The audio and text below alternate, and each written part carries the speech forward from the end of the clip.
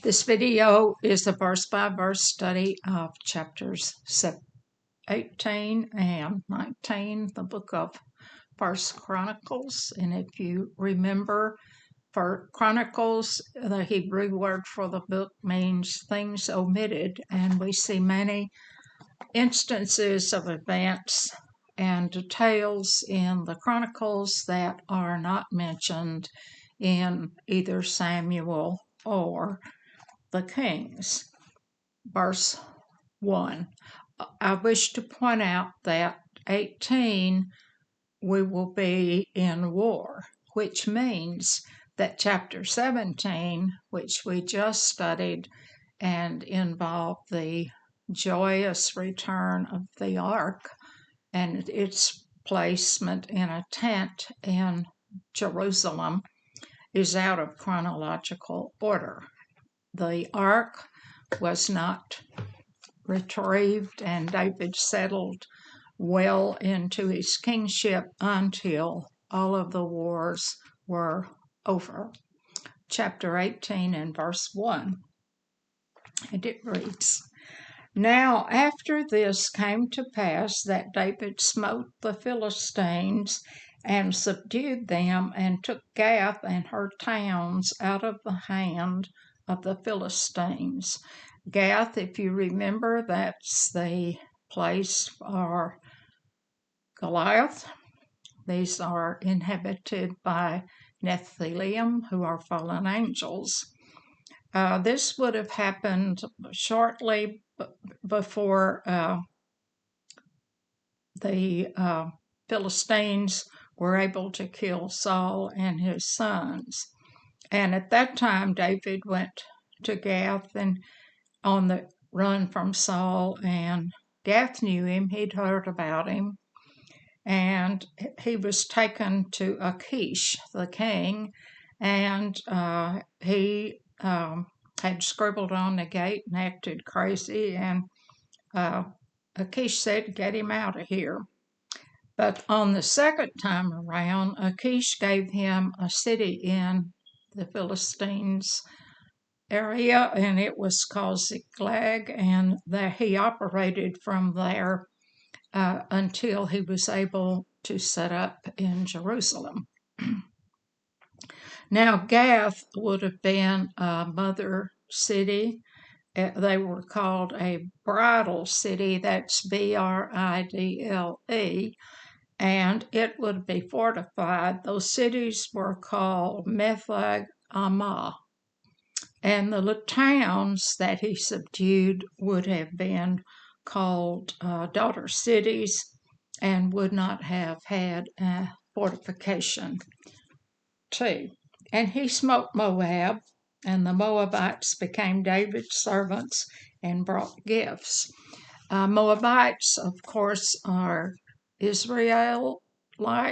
They are the descendants of Lot and one of his daughters. Ruth, who is an ancestor of Jesus, was a Moabite. The Moabites, at the time of Ruth, when she left Moab for Bethlehem, they were idol worshippers. Amongst the worship, they worshipped Chemosh, who required child sacrifice. So they, the fact that they gave gifts means they are paying tribute to David. 3. And David smote Hadarezer, king of Zobath, into Hamath, as he went to establish his dominion by the river Euphrates. Excuse me, so he is growing geographically.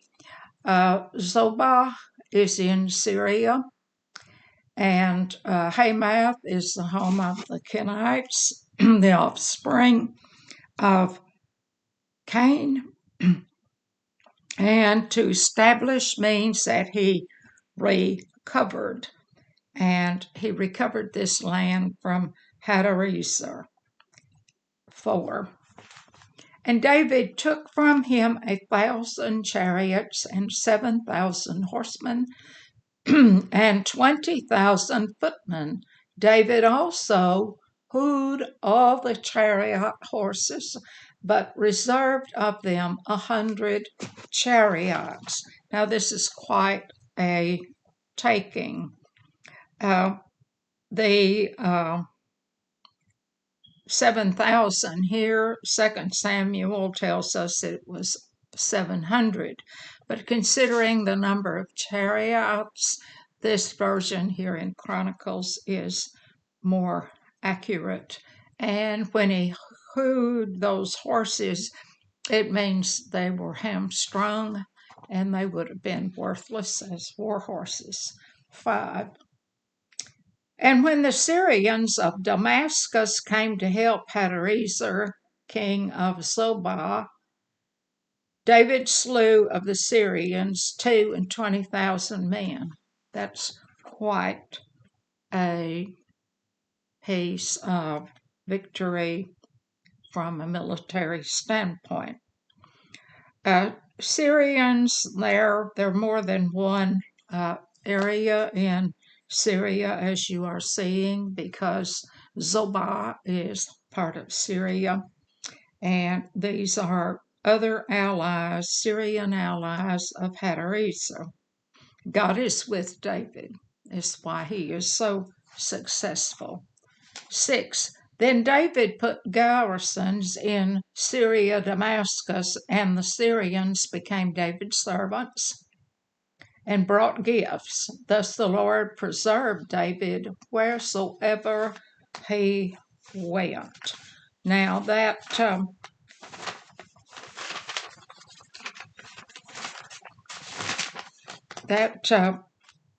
he took garrisons, that means that he brought like a military fort. So he set up an established operation within those places that he took. So if they decide to try another time, he will have men and horses and chariots and whatever he needs. The fact that they brought gifts means that they paid David tribute. So he is moving out and gaining geographically, and from these tributes and gifts and the spoils that he is able to carry away, he is increasing the treasury. 7. And David took the shields of gold that were on the servants of Hadarezer and brought them to Jerusalem. Now these gold shields would have been worthless as actual shields of battle because of the softness of the gold. But the fact that he took them, that would have been for ceremonial use, and it would have possibly been too soft and possibly was not pure gold, but could have been gold-plated. 8. Likewise, from Tibhath and from Chun, cities of Hadarezer, brought David very much brass, wherewith Solomon made the brazen sea and the pillars and the vessels of brass. This would have been that big brass washing place. It was used to wash sacrificial animals. It stood on brass pillars. This is a monumental amount of brass because the brazen sea was the size of a small swimming pool. 9. Now then, Tou, king of Hamath, heard how David had smitten all the host of Hadarezer, the king of Zobah, Now, if you remember Chronicles, 1 Chronicles 2:55, this is the home to Kenites, who are the offspring of Cain, and quite likely Tuo is a Kenite. 10.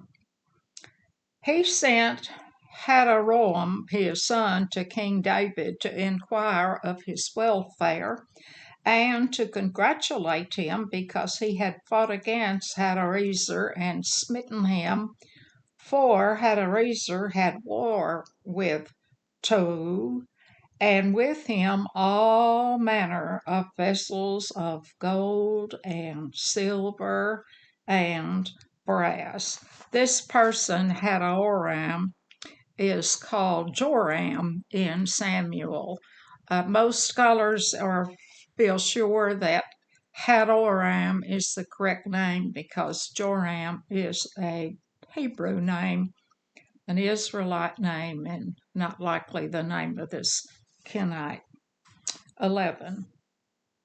Then also King David dedicated unto the Lord with the silver and the gold that he brought from all these nations, from Edom, from Moab, and from the children of Ammon, and from the Philistines, and from Amalek. If you remember, if you have studied with me through the Kings and Samuel, that the Amalekites are the very first ones to attack Israel when they crossed. Amalek is the great grandson of Esau. Edomites are descendants of Esau, and of course the Ammonites are Israelites themselves, children of Ammon. He's dedicated all this. His treasury is growing under David. He won't build the temple, but he will be assembling materials and enough money to buy materials that they will need from other places. So he is growing the treasury in a mighty way, and we will see later that it will be Solomon who uses it to build the temple and the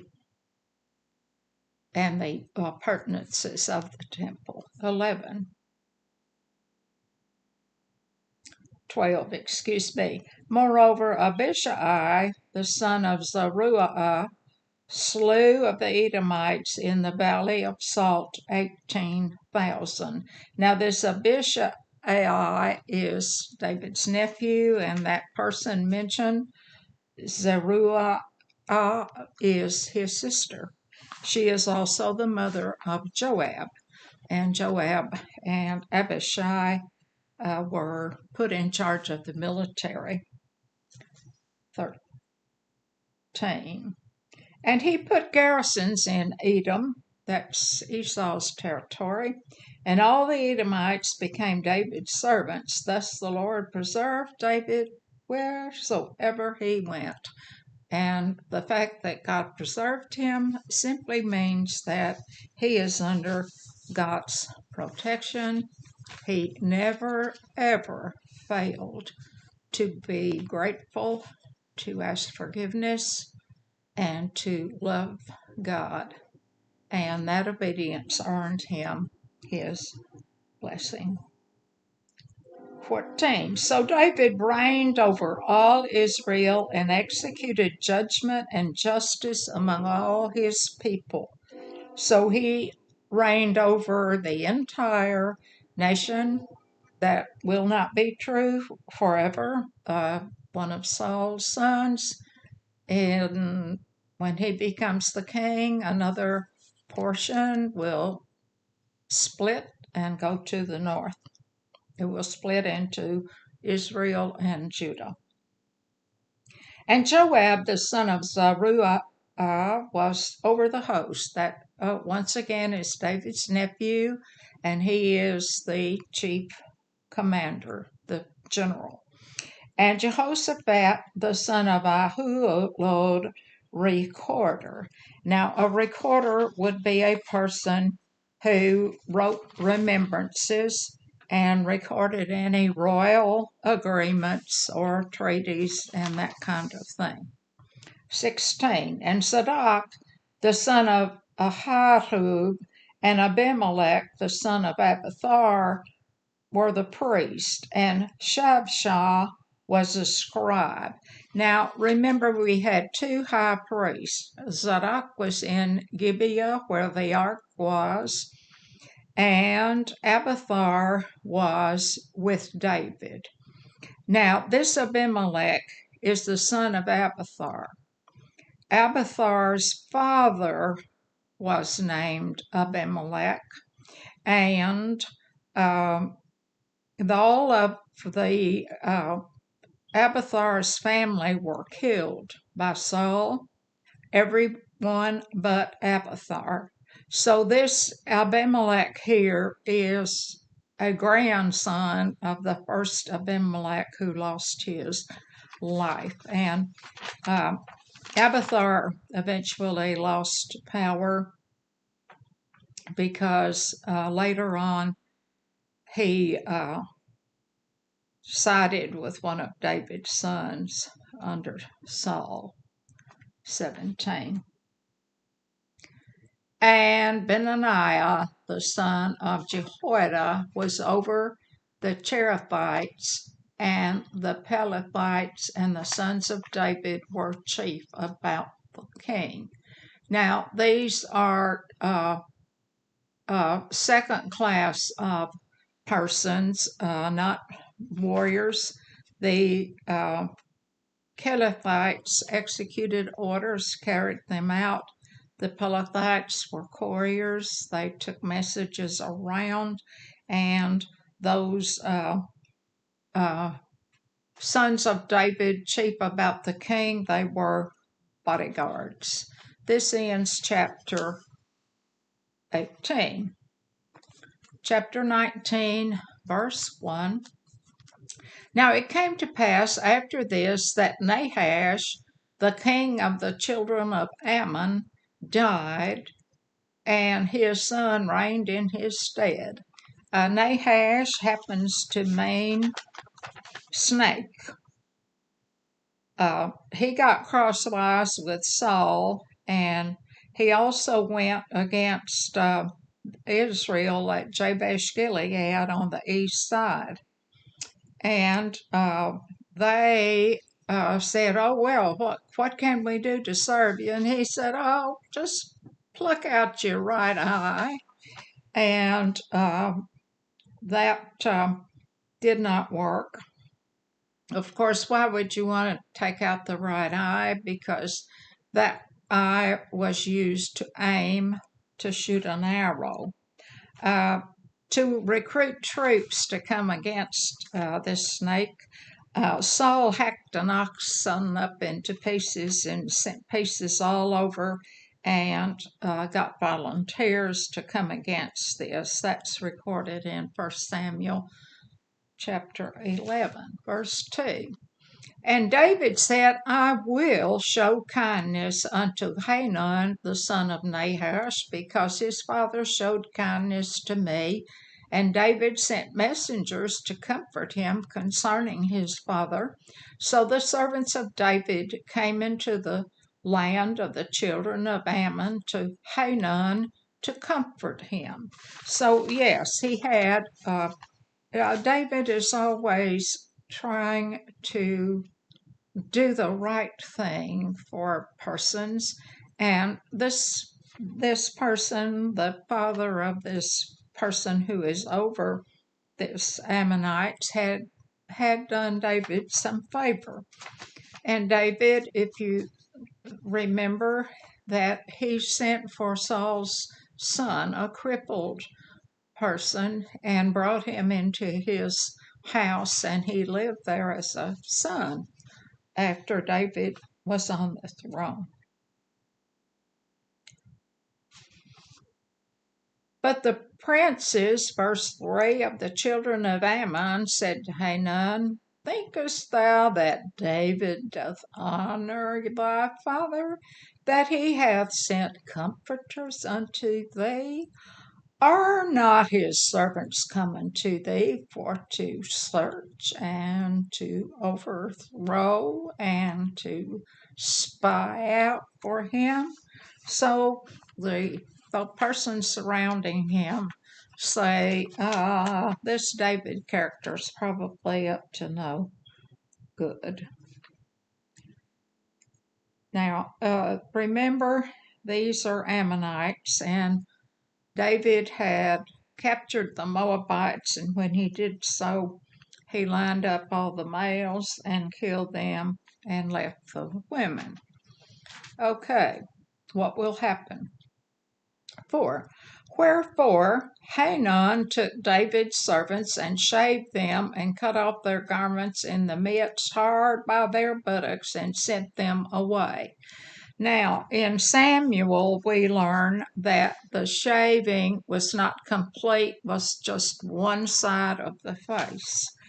And when they cut the robe, what that meant, there were no undergarments under those robes. So they cut their back of their robe up so that their bottoms were exposed. And when they arrived, they had 3 sunburned cheeks, 2 on their bottom and 1 on their face. 6. And when the children of Ammon saw they had made themselves odious or to stink to David, Hanun and the children of Ammon sent 1,000 talents of silver. I skipped a verse. Back up. Excuse me. Then there went some persons and told David how the men were served, how they'd been treated, and he sent to meet them, for the men were very greatly ashamed. Firstly, the beard is a sign of manhood, and their back ends are naked. To finish the verse, and the king said, tarry at Jericho until your beards be grown, and then return. Of course, he could supply them with clothes. 6. And when the children of Ammon saw that they had made themselves odious to David, or to stink, Hanun and the children of Ammon sent 1,000 talents of silver to hire them chariots and horsemen out of Mesopotamia and out of Syria, Maacah, and out of Zobah, another area of Syria. Okay, so they have gotten some mercenaries. They sent silver to have mercenaries. 7. So they hired 32,000 chariots, and the king of Maacah up in Syria, and his people who came and pitched before Meribah, and the children of Ammon gathered themselves together from their cities and came to battle. So they are coming to come against these Syrians. 8. And when David, I would want to tell you that Medeba would be on the east side of the Jordan River that is mentioned. Ammonites were there. Okay. 8. And when David heard of it, he sent Joab, that's his chief commander, and all the host of his mighty men. So, and the 9, and the children of Ammon came out and put the battle in array before the gate of the city, and the kings that were come were by themselves in the field. So the Ammonites have sent money to the Syrians, hired some mercenaries, and now David is going to send Joab to head this up. Once again, he's David's nephew. And when they say that the children of Ammon put battle in array, that means that they had set up, they were lined out to do battle. 10.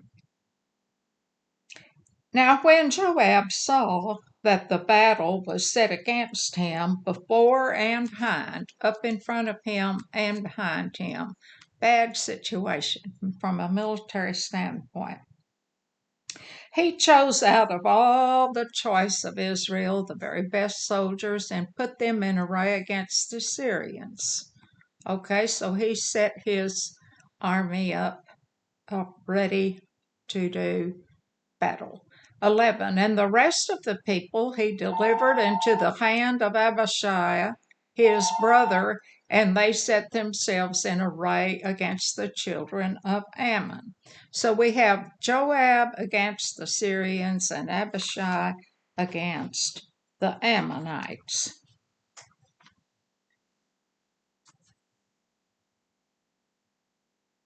12.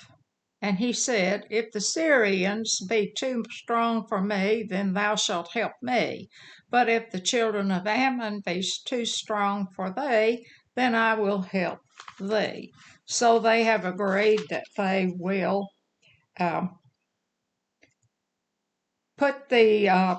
help each other if it be needed. And when the children of Ammon and he said, 13. Be of good courage, and let us behave ourselves valiantly for our people and for the cities of our God, and let the Lord do that which is good in his sight.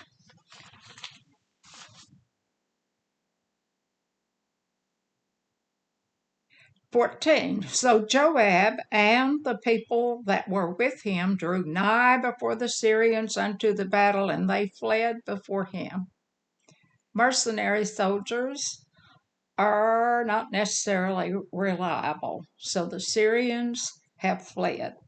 15. And when the children of Ammon saw that the Syrians were fled, they likewise fled before Abishai his brother, and entered into the city. And then Joab came to Jerusalem. Explanation for why he went back to Jerusalem: they ran into a walled city. It is approaching winter, and it would be very difficult to have any success in the middle of the winter when you are on the outside and the enemy is in behind the walls. 16. And when the Syrians saw that they were put to worse before Israel, they sent messengers and drew forth the Syrians that were beyond the river. And Shophach, the captain of the hosts of Hadarezer, went before them. There's 5 kingdoms in Syria. We've had several of them mentioned here. So they've called for some more reinforcements out of Syria. 17. And it was told David, and he gathered all Israel and passed over Jordan and came upon them and set the battle in array against them. So when David had put the battle in array against the Syrians, they fought with him. Okay, really good mercenaries. They've turned, and they're going to fight with David. 18. But the Syrians fled before Israel, and David slew of the Syrians 7,000 men which fought in chariots, and 40,000 footmen, and killed Shophach, the captain of the host. That's the mercenaries that they called in. 19. And when the servants of Hadarezer saw that they were put to the worse before Israel, they made peace with David and became his servants. Neither would the Syrians help the children of is Ammon anymore. And we are approaching the midpoint, the very height of David's career. And we will see as we move forward that David begins to get a bit egotistical, and he slides at the end of his reign somewhat. The key of David is the ancestor of Jesus. This video has been an outreach of the Essex Methodist Church and of the Crossroads Global Methodist Church in Dexter, Missouri.